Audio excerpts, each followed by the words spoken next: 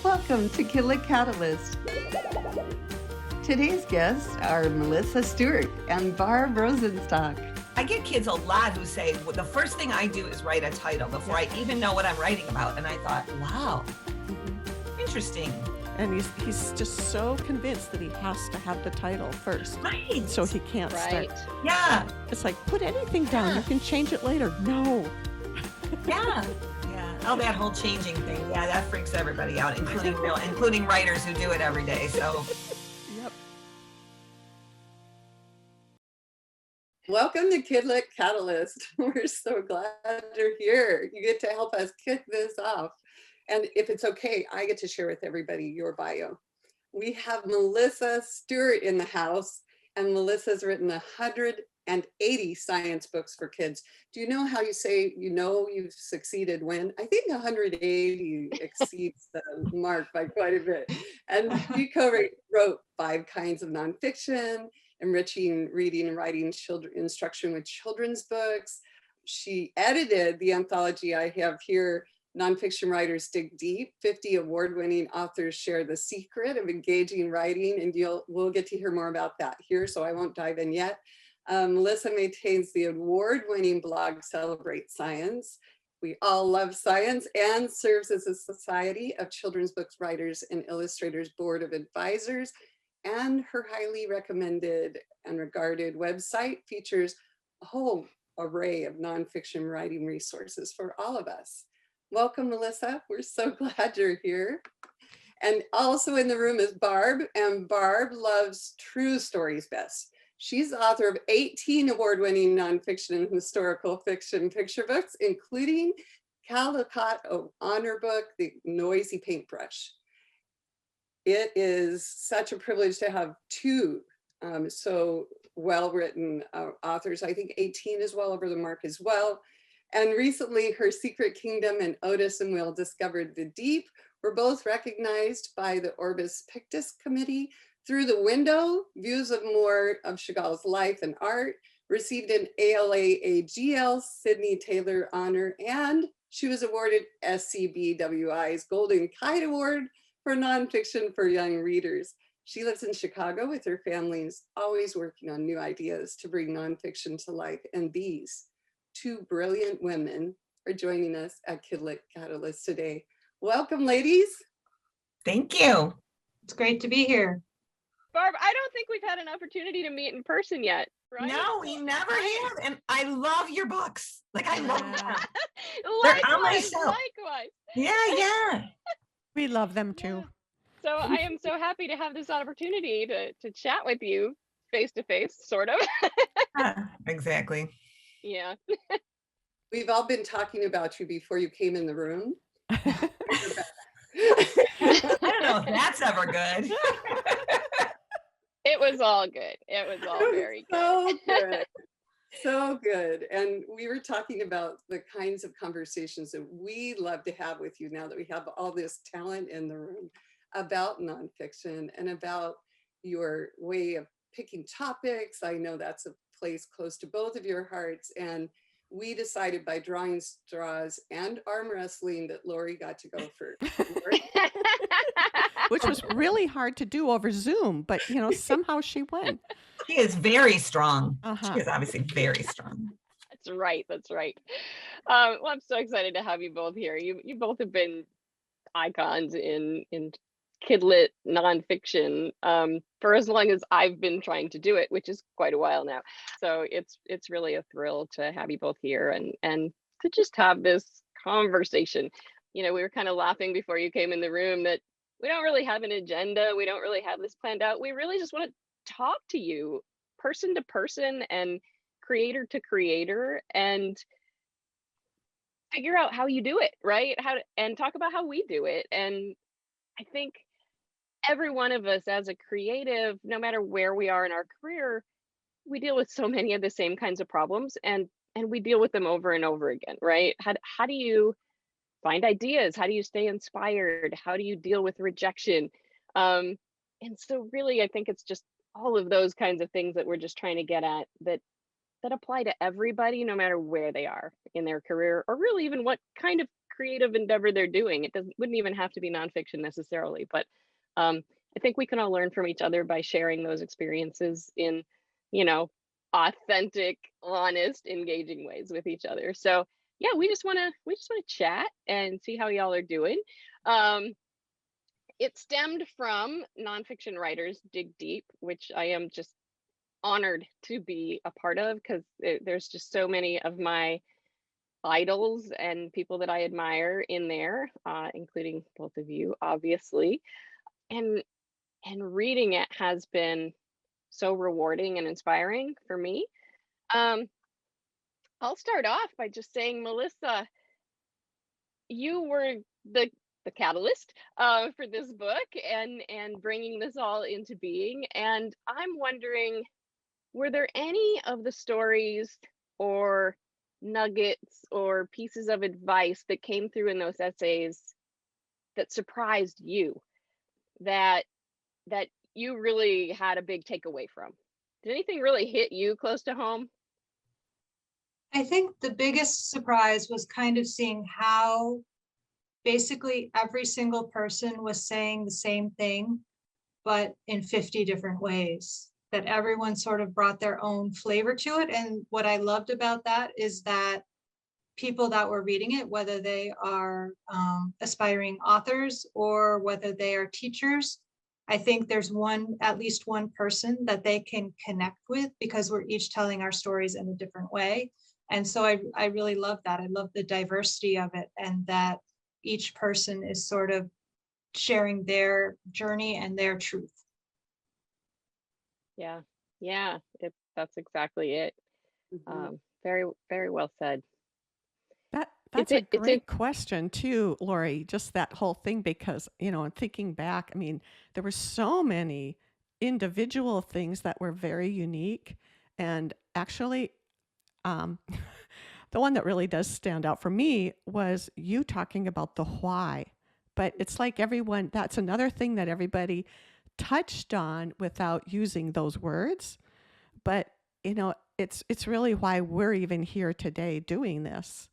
It's the why is the children's books and what they bring to the lives of kids, and supporting teachers and families. So yeah, lovely book. Thank you. I also like the way both of you discussed how you do your process and choose your subjects. I thought that was so intriguing. And I agree. For me, nonfiction, in particular for children, is one of my favorite genres and always has been. And it's because it distills massive amounts of energy or information in a way that is energetic and engaging, and really pulls the gems out, the juice, if you will, of a subject comes into a poetic, rhythmic, or beautifully presented information that is just flawless. I love nonfiction. What brought both of you to nonfiction? Well, first of all, this whole idea of it being flawless, if we're going to really talk honestly, this is Barb, by the way, who doesn't believe in flawless. It always seems that way, even at the end or when you're reading other people's work. But, it really is a process. And in the middle, for great swaths of time, sometimes years of putting a project away, putting it back, it is not only not flawless, it is like sometimes hideously flawed, just this is not going to work, flawed, this is too much information to be trying to cram into a small thing, flawed. I always come back, and Melissa and I've had this discussion many times, because she has really changed her work in this book in particular, but some conversations that we had really changed how I think about nonfiction, because I kind of come from a storytelling tradition, as you might be able to tell, because you guys are going to probably need to tell me to shut up at some point here. I talk a little too much.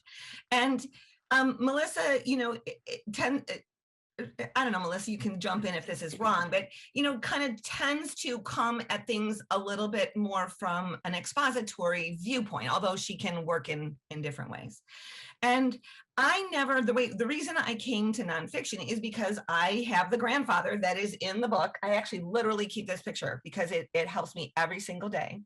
This is my grandfather who told me true, as everyone's grandfather, not always exactly true, but based in fact stories, some of which were 100% true and some of which he fudged a little bit. But that's how I got involved as a little girl, listening to family stories. And I really think it's important for kids to listen and to understand that their own family stories and backgrounds and are just really rich material for future writing. And I'm not always sure sometimes in schools if that's given the kind of weight that I think it could be, because I think it's really helpful. So I have that little, I have a storyteller's voice in my head, and that's how it came about.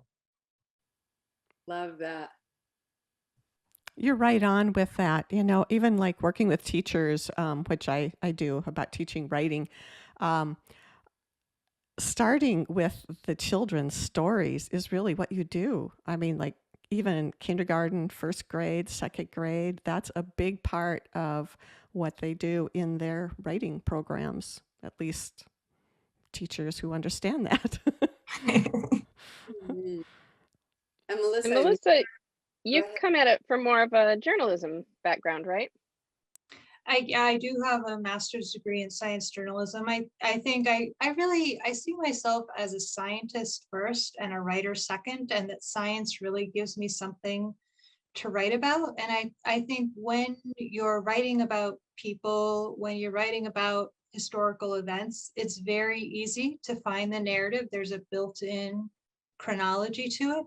But when you're writing about science, if you're writing about a scientist or a scientific process, that narrative can also be there. But if you're just talking about kind of a body of knowledge, of scientific knowledge, there isn't a story, there isn't a built-in story. And so that's why taking an expository approach and using that writing style can be really a great way to present that information. Yeah, absolutely. Absolutely. And there are children and adults, but we're focused on KidLit today, who really gravitate towards that expository approach, right? I mean, it's part of having something for everybody is having both options available. Because I know that there are kids who are really drawn towards expository, and there are other kids who are really drawn towards narrative. So right, and there are some kids that love both. So right, it's great to have. And there's a lot of books that are combinations of both too. So I think some of the best ones are, but yeah, exactly. Yeah, and really, I see that in both of your writing. You know, some of the things, you know, where you're doing some really poetic types of things, and then there's all kinds of information in there at the same time. I think that's the really great thing about nonfiction today is it's really a golden age of nonfiction, that so many people are trying new things, experimenting, innovating. And I think nonfiction has just revolutionized in the last 20, 25 years. And I can't even wait to see where it goes in the next 10 years. Yeah, and thank you for the huge part you've had to play in that, Melissa. I think all of your great stuff on your blog, all of your work to categorize it and break it down and make it easier for people to understand has really helped that, has really pushed that effort forward. I know it has for writers like myself, but I think for teachers and other gatekeepers and readers, it's really been helpful as well. Yeah, I think one really great thing too is just that the nonfiction community, I feel like it's a really kind of close, cohesive group of people that really supports themselves thanks to things like the Nonfiction Fest community, for example, on Facebook. We really are having an ongoing dialogue with one another, and I think that helps us all, pushes us all in new and exciting ways. Yeah, I think for so long we felt like we were on the fringes and and there wasn't a place for us, so we kind of made our own, right? That's been really rewarding. Along some of those lines, what kind of conversations have you both had with teachers about teaching nonfiction writing? I know I get a lot of questions about it when I'm doing school visits, and there are some things that I wish I could say that I feel like maybe just aren't practical in a classroom setting. So I'd really love to hear about conversations you've had with teachers about what they wish they could do, or what they've asked you for advice on. That's sort of what prompted Nonfiction Writers Dig Deep in general, is that I saw, and I think a lot of us, this is conversations that a lot of nonfiction authors have had about how we sometimes see what's happening in school is not an authentic reflection of what we do when we're writing our books. And so how can we help to make teachers aware of what our process really looks like, and hopefully guide them in making student writing more authentic? I think one of the things that they ask me a lot is how to help them make their students' writing less boring. They seem to think it's a little bit dull. And I think really the reason is because the kids, they don't have skin in the game. They're not personally invested. And that's really one of the things that we tried to emphasize in Nonfiction Writers Dig Deep, is that every author, we work on these books for years, and there's a little piece of our heart in every book that we write. There's something that keeps us connected in the process and in the topic. And wouldn't it be great if kids could approach their nonfiction writing with that same kind of passion? And a lot of that problem is what happens in teacher preparation programs. People get into the classroom and they're like following some curriculum that unfortunately doesn't follow what really happens in real writing. And I have worked with teachers actually for decades now, trying to get that across. And it still amazes me how surprised some of them are at the idea of giving kids as much choice of topic as you can, as much choice of what they read, and somehow trying to get them away from things like the 5-paragraph essay, and to come up with something more realistic and fun for the kids so that they do want to get involved, and not assigning them specific things like, okay, pick up this paper and you're going to research this animal, and then they, basically rewrite what they find in other books and things. And so I'm excited about getting this book out there as examples. I mean, not only are the each part of the collection is inspiring to read, but also, you've got all these wonderful books then that you can look up, and hopefully they'll have them in their libraries. And one of the themes of the book that I noticed is that people really did call out how the subjects and topics they choose really are part of their heart, as you were saying earlier, Barb, and you, Melissa, as well, that science is a theme for you, and for you, Barb's story. And I heard that theme over and over again in these pages, that books grow of experience and passion and are revisited over and over again. And how for the Feathers book, it was intriguingly a hummingbird eyelash, which I'm like, wait, hummingbirds have eyelashes? They have eyelashes at all, let alone the smallest feathers. I think those subjects really do come to us and they won't leave us alone. And we're not giving that to students unless we invite them to be that thirsty to explore a subject. Yet I would say that most students, if you talk to them in their daily lives, they certainly have subjects like that they're pretty passionate about, and that's the disconnect to me, is that I've yet to meet a boring kid, what I mean, that just doesn't have any ideas, I mean, every single one I've ever met in a classroom has had fascinating things that they really know way more about than I do, and will come up after a visit and, talk to me about ocean creatures farther than I've even written about them and things like that. I get a lot, because I do have written a lot of biographies.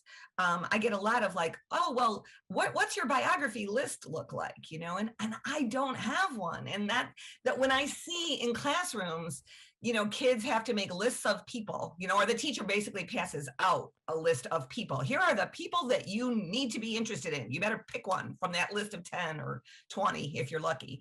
That just, I'm like, wait a minute. Why don't we work from the kids' interest? If a kid's interested in snakes, for example, and I do have a particular girl in mind from a classroom visit like 2 years ago now.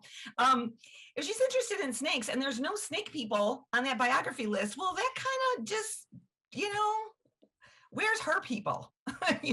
So I guess I would work from the kids' interests always. Yeah. And I know though, and I student taught, I never taught full time, long story, but I do have my degree and my master's degree in education, and I did student taught and still go back to that school all the time. But kids just are interesting, and I know that teachers are pressed for time, but in some ways I think it's almost easier to go with the interest that in your classroom, if you can.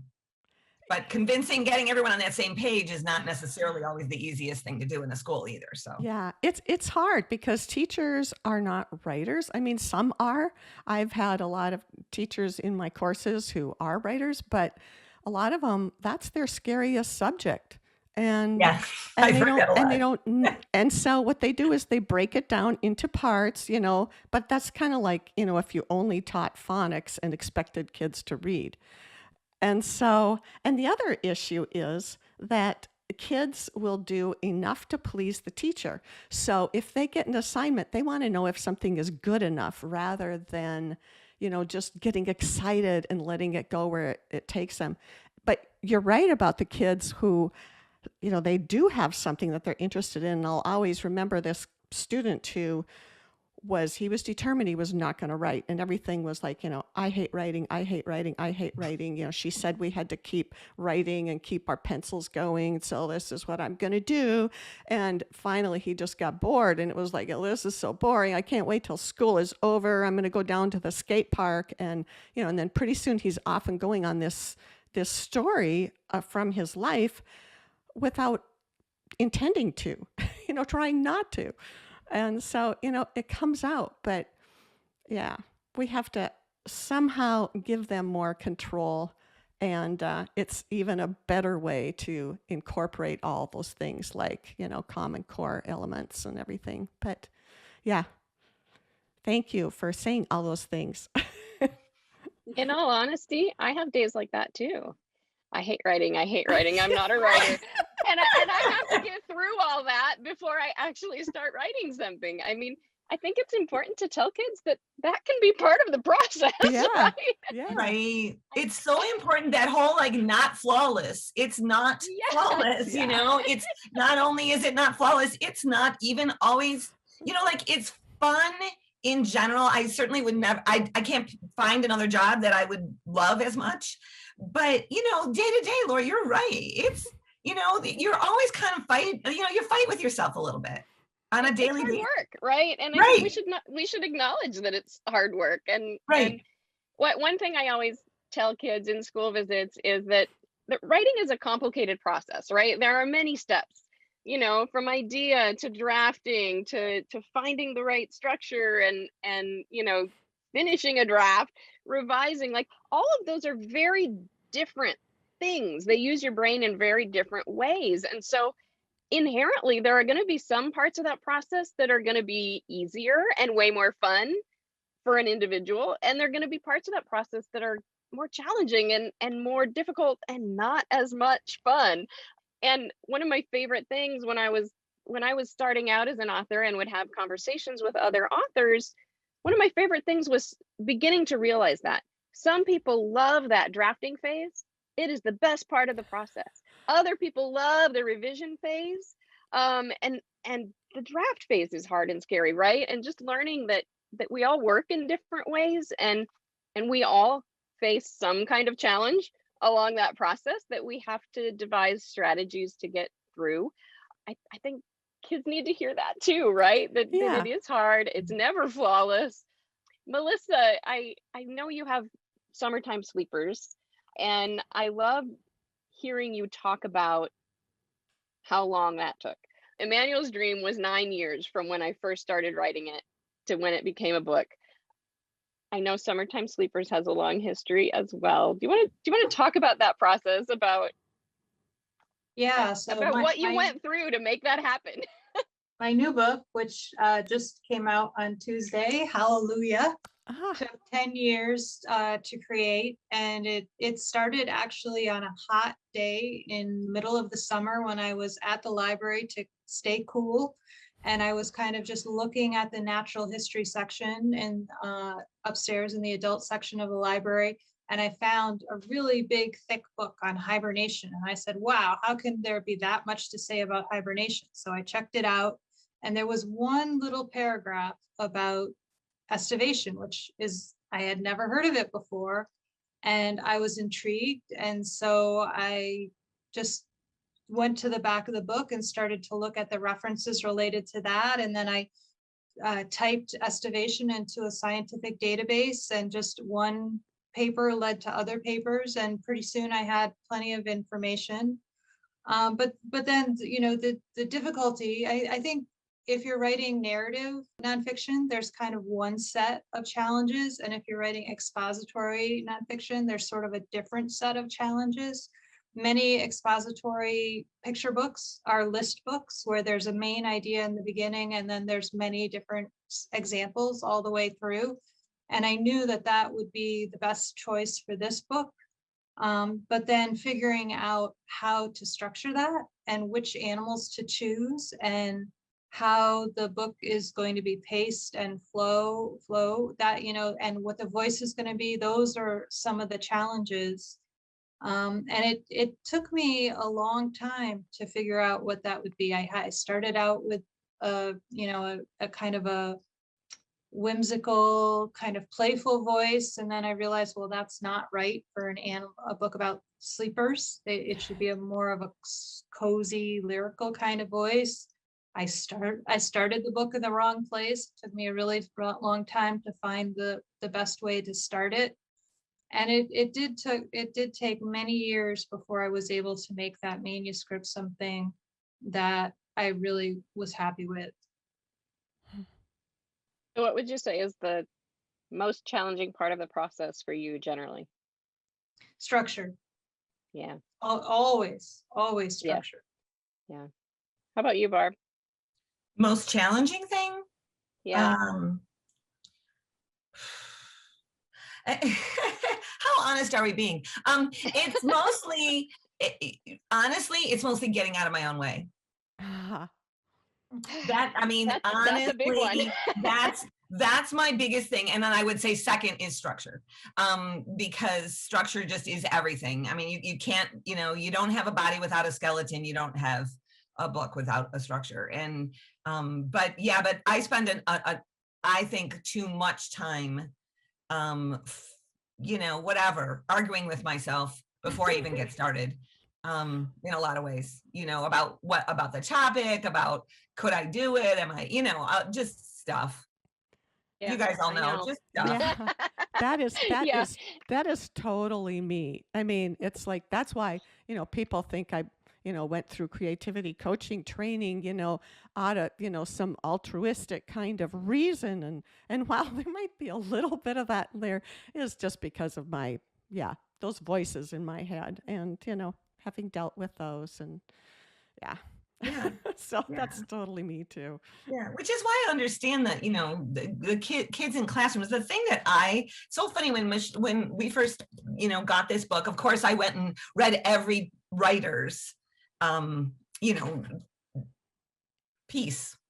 essay, I guess. Essay, yeah. And, you know, because, you know, I know some of the people, and it was just fascinating to me. And I kind of did not spend as much time looking at the classroom materials and things that Melissa has put into this book. And I have to tell you, the more that I read that, now I'm like flipped. And what I love the most about this book is how it takes all those essays and really gives concrete ideas of things to do in the classroom. And I don't know, I just think that was really great, Melissa. Did you do all that?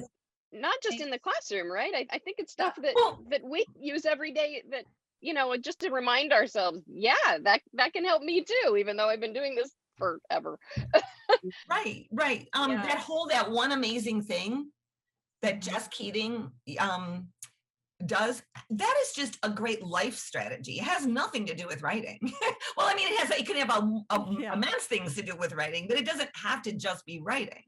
If every day, I mean, I just was so struck by that a couple of weeks ago when I read it, because I thought, if every day, every human being on the planet took a piece of paper, drew a box, and by the end of the day needed to put in there one amazing thing that they heard, saw, smelled, experienced that day, that is a gratefulness journal, in a lot of ways. And I just thought, wow, that one technique, which is one of about, I don't know, Melissa would know exactly, 150 or something techniques that are in this book, is just, it's really important for nonfiction writing. And then just in general, it's really important for human beingness. Yeah. So really inspiring. Yeah, it really was. Mm-hmm. That's what I was trying to do. I was trying to find a way to make it concrete and also manageable in the classroom. That's also the reason that I have those teacher time saver tables, because I know that, time is in short supply for everyone, but especially for teachers. And so those tables are really a way for them to be able to find exactly what they need at the moment that they need it, and not to have to keep going back and forth to different parts of the book. I felt like it would really make it more user-friendly. And speaking of structure, Melissa, it's also, the structure makes it so it doesn't have to be a huge volume.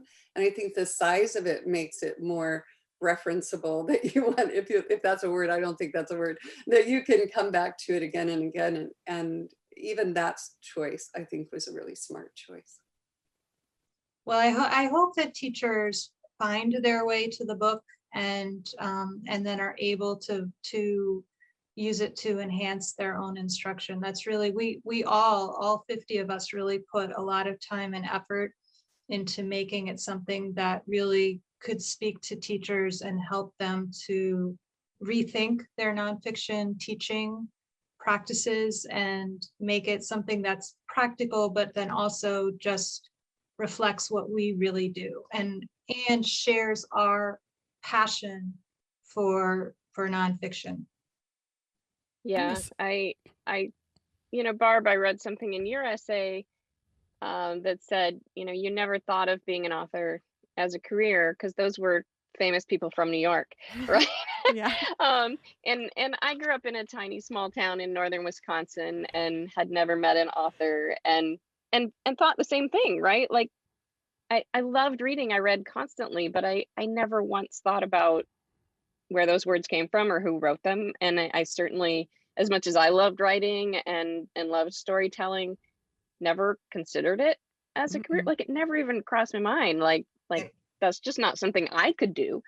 And so I hope that this makes it more accessible to kids out there too, as well as teachers, that they can see themselves as writers as we move forward in this world and things become more and more automated and robots take over. This is kind of the realm that we humans need to focus on, is creativity, right? And making new things. And I think this is an important route to give kids, to let them see themselves as that. And they have to have time to actually be able to do that. I mean, so often, like they'll be taught something about writing, but there isn't a chunk of time where they actually get to write. Like, well, we don't have time. And so, they or think revise, that, right? Yeah. Or they think that, like it's due Friday. You get the assignment Monday, it's due Friday. Yeah, but we all learn to write. And that's one of the reasons I actually, not only would I say that I didn't think I could be a writer, it's that I would have never considered myself creative. I never thought I was any good at writing. I mean, I'm sort of the poster child. I'm the person that you should talk to if your kids hate writing, because I was that kid. I love to read. For whatever reason, I liked one half of the process, but wasn't that crazy about the other half. And I think it was because, it was a lot of prompt, you know, my school ran a long time ago on a lot of prompt writing, you know, like pretend an alien has come down to our school, you know, go, hurry, you know. And my brain just didn't work like that. And I just kept thinking, oh, I'd listen to everyone else's stories and think how wonderful they were, and mine weren't creative. And I always felt like I needed to work from something based in truth, and there was something wrong with that, you know, that wasn't as, just the whole thing. I was kind of fed kind of as, and also like fiction's the real writing, and the rest doesn't quite, you know, like if you're a fiction writer, that's somehow better or something. There was junk qualities in there. So I was not a writer, like, at all. I mean, I did what whoever said they do barely, I think that was you, Deb, right? The kids will do what they have to do. I mean, my assignments were turned in, but there was not a lot of love there at all. And it wasn't until reading my kids' picture books, and it was the format, that I realized that's how I think. And it was like finding the format made me find being able to write, not the other way around, which is maybe weird, but it is what it is, you know? No, that is totally true. And then they get the idea that you can't do that because, you know, you don't compare, or I couldn't come up with anything. And they even told me what to write about. I can't be a writer. And it's like, if someone told me what I had to write all the time, I would never be a writer. So, but you know, we expect it of kids. Yeah. Yeah. So true. Well, ladies, what are you working on now? Melissa, speaking of, I'm trying to be expository. Yeah, the last time that Barb and I talked, it was hilarious because I was writing something narrative and she was writing something expository, which is the exact opposite of what we primarily do. So that was interesting. But I think, you know, you need to kind of stretch and grow as writers all the time and always be trying new things and, you know, sometimes failing. So I think if you're not failing, you're not trying. And so it's just part of the process. And that's another really important message for kids to hear. Mm-hmm. Right. Part of the flaws thing, right? Like, yeah, we learn from those. Yeah. Got to write a lot of junk to, you know, get something good. You know, well, I've certainly ticked that box off today. I'm working on a book about the Great Lakes. And that is not, well, if it's a narrative, I honestly would tell you I have a structure, but I don't know where it fits in the scheme of things. It's a little bit of everything right now, which may or may not, once my writing group puts their input in, may or may not change. But it's been really interesting to kind of to not really have a story the way that I usually think of it, and to be able to write anyway. There is a story. I mean, I don't know. I get kind of lost because Melissa knows this. I kind of think everything's story, but that's just because that's how my brain works, you know. But anyway, that's what I'm working on. And then then after that, there's a middle grade nonfiction. Wow. I wrote a proposal and they actually said yes. Oh my goodness. No. Wow. So yeah, there's that to talk myself through later. But that'll be a few months yet. So what about you, Melissa? What are you doing? What are you working on? I actually have just finished a draft of a graphic novel. It's nonfiction, but they still call it a graphic novel. And it just went out on submission last week. So we'll see how it goes. I don't know, but I think it was a really interesting process to see how in some ways it's 112 pages, it's middle grade.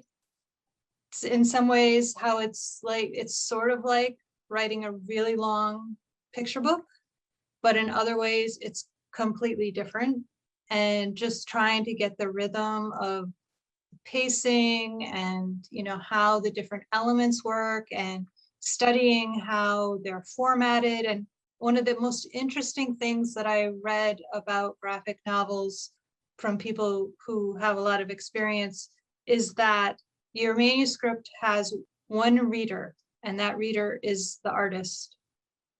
And then what comes out of that is so completely different that, and in fact, in the, you know, in the comic book world, kind of, if you're very successful, one of the things that they do is they sometimes will publish the manuscript just so people can compare it to what actually came out, because it not only does it include the text and sound effects and dialogue, if there is any, but then it also includes various kinds of art notes and your ideas about how things should be broken up into panels. But then, of course, the illustrator has their own ideas that they bring to it and may decide to do the paneling differently or repaginate, or, you know, it then becomes a lot of a back and forth. So it was interesting to think of, oh, I'm not actually writing this for kids. I'm writing it for an illustrator who's then going to kind of reinterpret it through their lens. And that's what will be presented to the kids. So it was a very, very interesting process. I enjoyed it a lot. Interestingly enough, that's how I think of picture books. Really? Totally. I never, it would be astounding to me if someone actually saw what I submitted and what winds up being published. In some cases, it's really, really, really different. I mean, they're my words. I mean, I keep working, but one of the things that I enjoy most in it is telling one half of the story. Like, I'm really big on that. I am not telling the whole story. I'm telling a half of the story, and I'm telling it so that an illustrator is reading first. So a lot of what you just said is really how I think of my picture book manuscripts, is like, all right, I'm on purpose trying to think about what's going to make an artist think about this topic really cool. Like, what words am I going to use that's going to not help the illustrator, but literally sell them on this sometimes. Because I really I'm not one of the people that sometimes people get a little, oh, that's not what I was thinking while I was writing. I'm basically thinking visually, but in a way that I hope someone else picks up on, but I don't care if they're all so much more fabulous as artists than I could ever be, that I'm sort of like, go take this, and now you do it. Now you do your half. And if we're lucky, the two halves make more than what either of us could do by ourselves. It's just how I think about it. That's so interesting, because I think about it really differently. I'm always thinking of the kid. I'm always thinking of, how can I make this something that would really engage a kid, that would make them really connect to the science, that would fascinate them. And of course, I try to create things that I think I'm thinking about, okay, how easy would this be to illustrate? Is there something here, or is it going to be like a big blank, I don't know, abysmal plain in the ocean with nothing showing? Like, that's not going to make a good illustration. So I am thinking about that, but really the person that's in my mind is the kids, and they're the ones that I'm trying to impress or engage, excite with the language. It's very interesting. I think that's true. I mean, I think that's true too. I think my manuscript is definitely, that's where I think about the kids, but what do I mean? Like the in between, like the tone sometimes. It's not that it's not a kid. I don't exactly, now I've kind of talked myself into a corner that I'm not sure how to get out of, or what I actually even really mean. But there's definitely a sense that I always have once I know the book's really going somewhere. Like, once you get to that point in the manuscript, you guys know that, where you're like, this is really going to be something. I'm going to be able to finish this. Once you get to that point, I do have this sense of, don't write about that, that's going to be art. Don't write about that, that's going to be art. And I pride myself, I have no or less than 2 art notes in any of my manuscripts when they're handed in. Yeah. There's nothing there on purpose. I mean, I could give you my ideas. I don't want to. I don't think that's my job. So I guess I do think about it as the kids. That's not what I mean.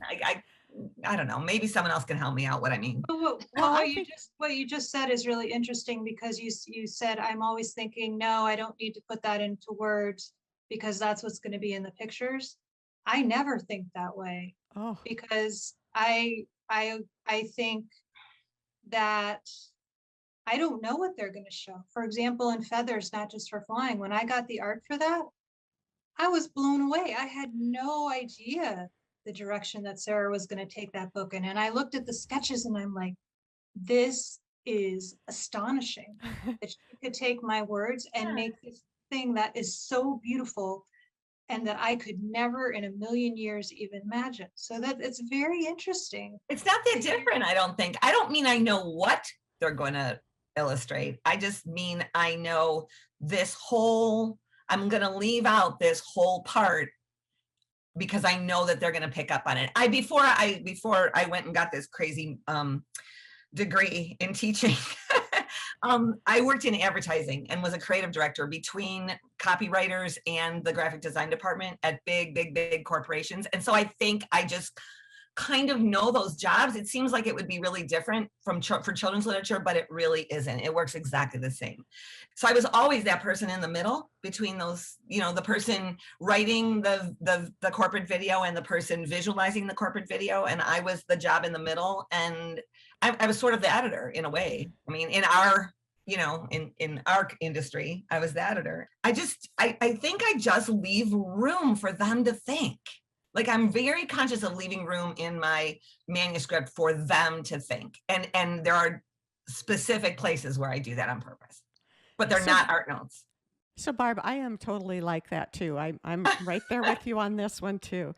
It's like I am visual, but so I'm always thinking of, I don't put in the stuff that I would do if I were the artist. Yeah, and I don't leave art notes either.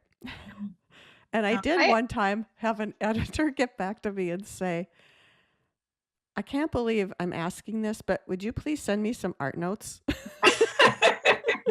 You might be the only writer who's ever gotten that comment ever. You're like, please stop telling everybody else what to do. Okay.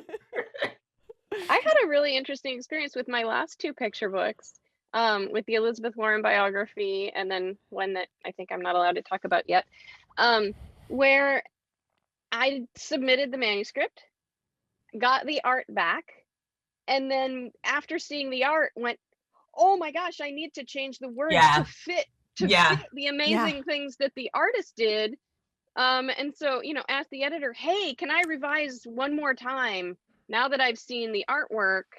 And they both, yes. And so then I go back and revise the words to match what the artist has done. And it was such a cool process. And I think the end product is so much better for being able to have a little bit, it's not really collaboration because you're not talking to the illustrator and working with them directly, but it is in a sense this kind of stepwise collaboration where it's like, oh, I see what you did, let me play off of that and have this back and forth a little bit. And it was such a fun process. And I love that. Can I show you one product? I love when that quick happens. Example?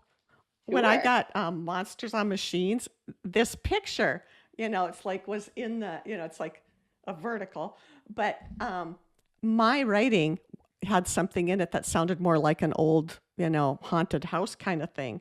And I said, and the editor pointed that out, and I said, don't make him change that picture. I'll change the text. For sure. Yeah. Well, you do whatever's just best. have a better idea, right? Right. Right. It's like being able to play off of each other's ideas. And that happens. I mean, I guess I've been very lucky to work with a couple of people more than once, which has been really fun. Yeah. And I just finished a book on monarch butterflies.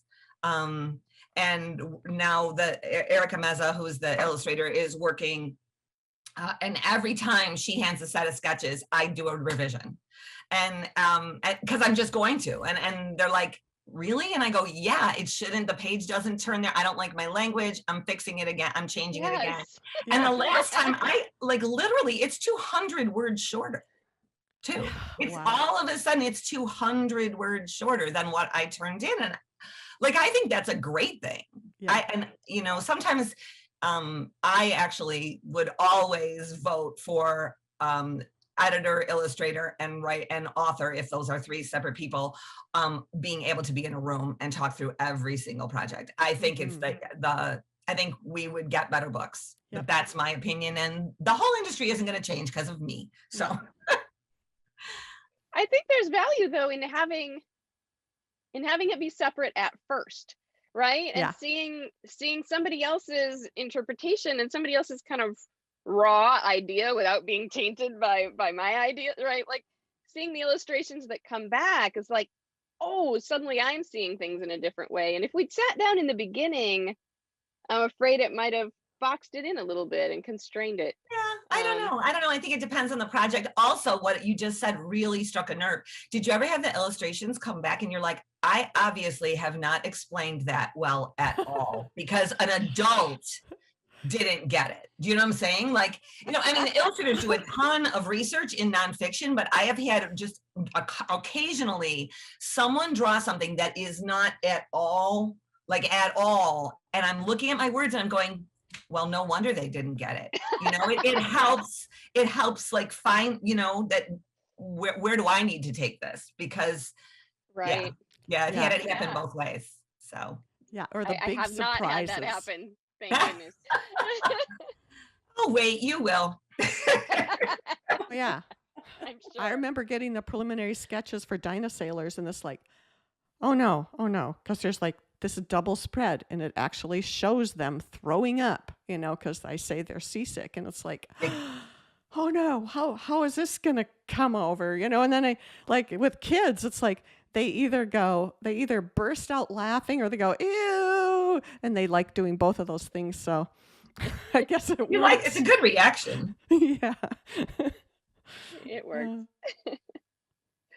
Oh, this is so much fun. So much golden nuggets here on lots of parts of life. This really applicable. And Melissa, I owe you an apology. I think I attributed the book to Barb instead of you, so I apologize. And my goodness, with you, I love illustrations. Yeah. Oh, yeah. My favorite of your books, Melissa, is Feathers, Not Just for Flying. And the art, what they did with the art was amazing too. But that lyrical writing and just the similes all the way through and coming up with all of those unique ones. I mean, you even got a backhoe and a forklift in there, Yeah. I mean, who finds that stuff, That's just so many. There's and so many things that a feather can do. Who would have thought that you could come up with all of those things? It's like you could tell that's a ton of research made into something that's really fun and accessible. Mm-hmm. And I would say it invites children to have other thoughts about how things relate, ways they can put new knowledge together, ways to think about things. And that's one of the things I love about children's literature as well. It's teaching more than just interesting things. It's teaching ways to think and to consider how they feel about the things they see and learn.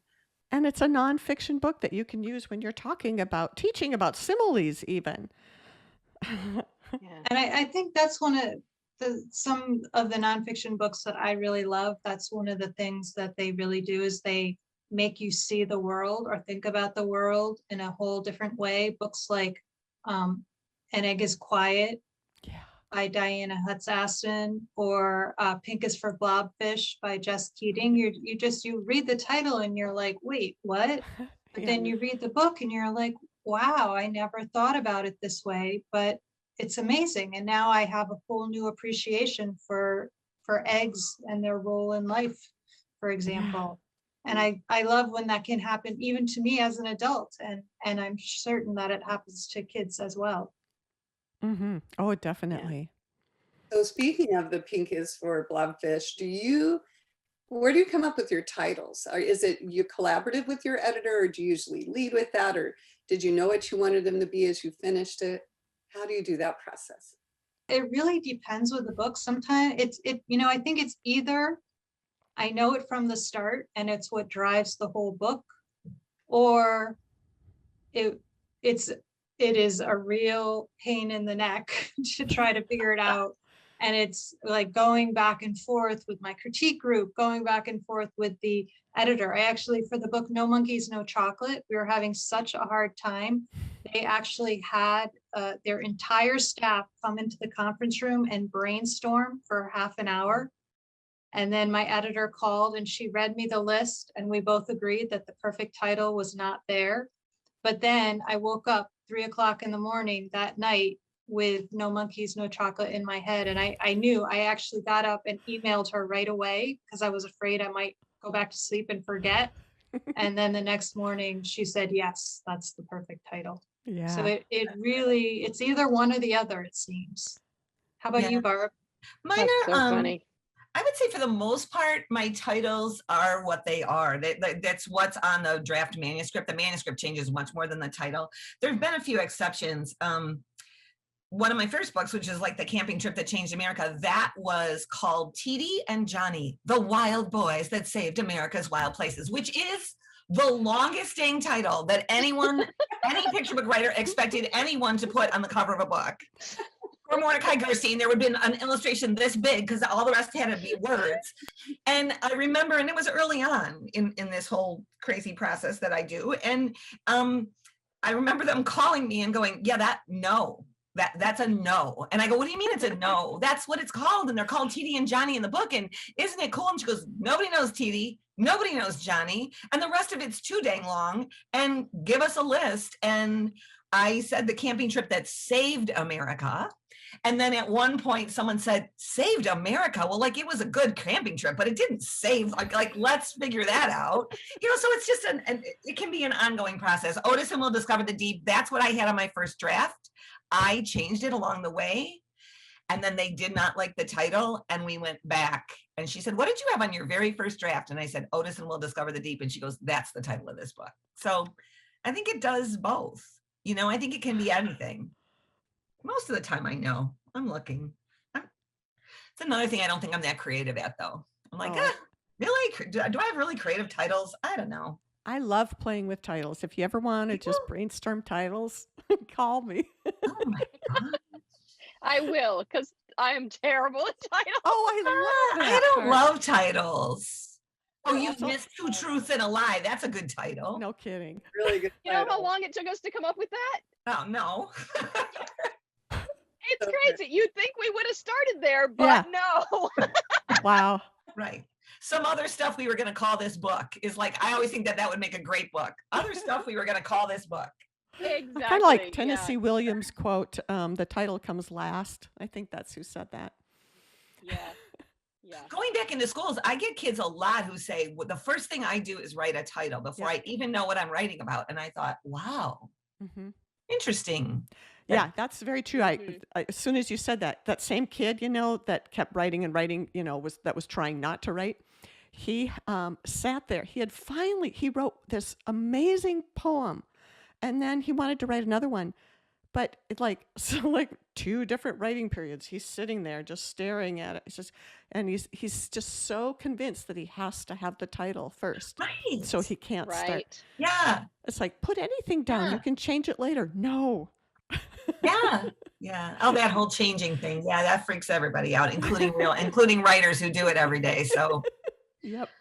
But before we figured out what to call this, KidLit Catalyst, we called it working title. Yeah. stuff we could have called this podcast first. Exactly. Oh, thank you, ladies. This has been so much fun, and I learned a lot, as I always do. So thank you for your time and generosity and honesty. Really appreciate it. And what a treat to get to know you. I mean, so many of the people we're talking to or are going to talk to, I have met, but I have never met either one of you in person. So thanks for being It's here. nice to meet you too. Yeah, it was. Incredible conversation. This has just been a delight. Thank you for joining us today. Thanks, Celeste. I love the KidLit community. You guys are awesome. Oh, yes. All right. Thank you, ladies. Have a great day. Thank you. Bye.